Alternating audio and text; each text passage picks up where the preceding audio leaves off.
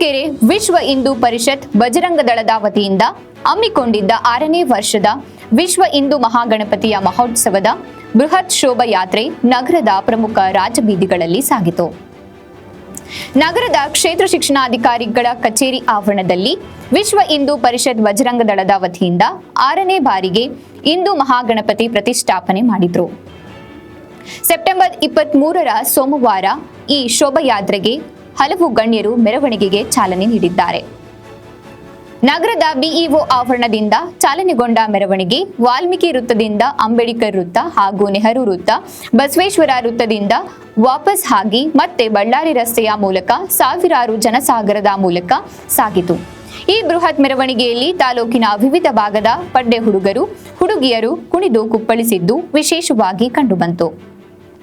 3 DJ ಸೌಂಡ್ಗೆ ಹದಿಹರಿಯದವರ ಜೊತೆಗೆ ಮಹಿಳೆಯರು ಹೆಜ್ಜೆ ಹಾಕಿದ್ದಾರೆ. ಮೆರವಣಿಗೆಯಲ್ಲಿ ಡೋಲು ಕುಣಿತ, ವಾದ್ಯವೃಂದ, ಕೀಲುಕುದುರೆ, 3 ಡಿಜೆ ಸೌಂಡ್ ಸಿಸ್ಟಮ್, ವಿಶೇಷವಾಗಿ ವೇಷಧಾರಿಗಳು ಭಾಗವಹಿಸಿದ್ರು. ನಗರದ ಪ್ರಮುಖ ರಾಜಬೀದಿಗಳಲ್ಲಿ ಬೃಹತ್ ಮೆರವಣಿಗೆಗೆ ತಾಲೂಕಿನ ಸುಮಾರು 10,000ಕ್ಕೂ ಹೆಚ್ಚು ಜನಸಂಖ್ಯೆ ಸಾಕ್ಷಿಯಾಯಿತು.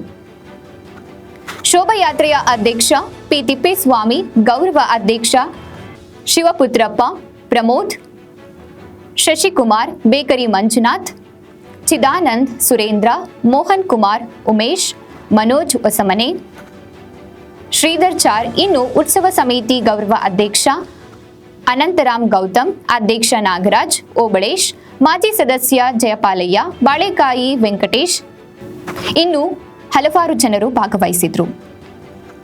ಹಿಂದೂ ಮಹಾಗಣಪತಿ ಸಾಗುವ ದಾರಿಯುದ್ದಕ್ಕೂ ದಾನಿಗಳು, ಜೈನ್ ಸಂಘ, ವಾಹನ ಚಾಲಕರು ಹಾಗೂ ಇತರೆ ಹಲವು ಸಂಘ ಸಂಸ್ಥೆಗಳು ಮಜ್ಜಿಗೆ, ನೀರು ವಿತರಣೆ ಮಾಡುವ ಮೂಲಕ ಮಾನವೀಯತೆ ಮೆರೆದಿದ್ದಾರೆ.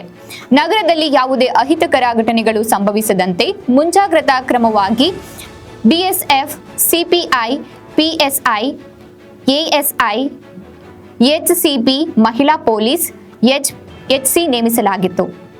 ಪ್ರಮುಖ ವೃತ್ತಗಳಲ್ಲಿ ಮೆರವಣಿಗೆ ಸಾಗುವ ಸ್ಥಳದಲ್ಲಿ ಹೈ ಅಲರ್ಟ್ ಮಾಡಲಾಗಿತ್ತು. ಡಿವೈಎಸ್ಪಿ ಬಿಟಿ ರಾಜಣ್ಣ, ವೃತ್ತ ನಿರೀಕ್ಷಕ Desai, PSI Basavaraj, PSI Shivaraj, PSI Dareppa ಸಿಬ್ಬಂದಿಯೊಂದಿಗೆ ಭದ್ರತೆಯಿಂದ ಮೆರವಣಿಗೆ ಸಾಗಿತು.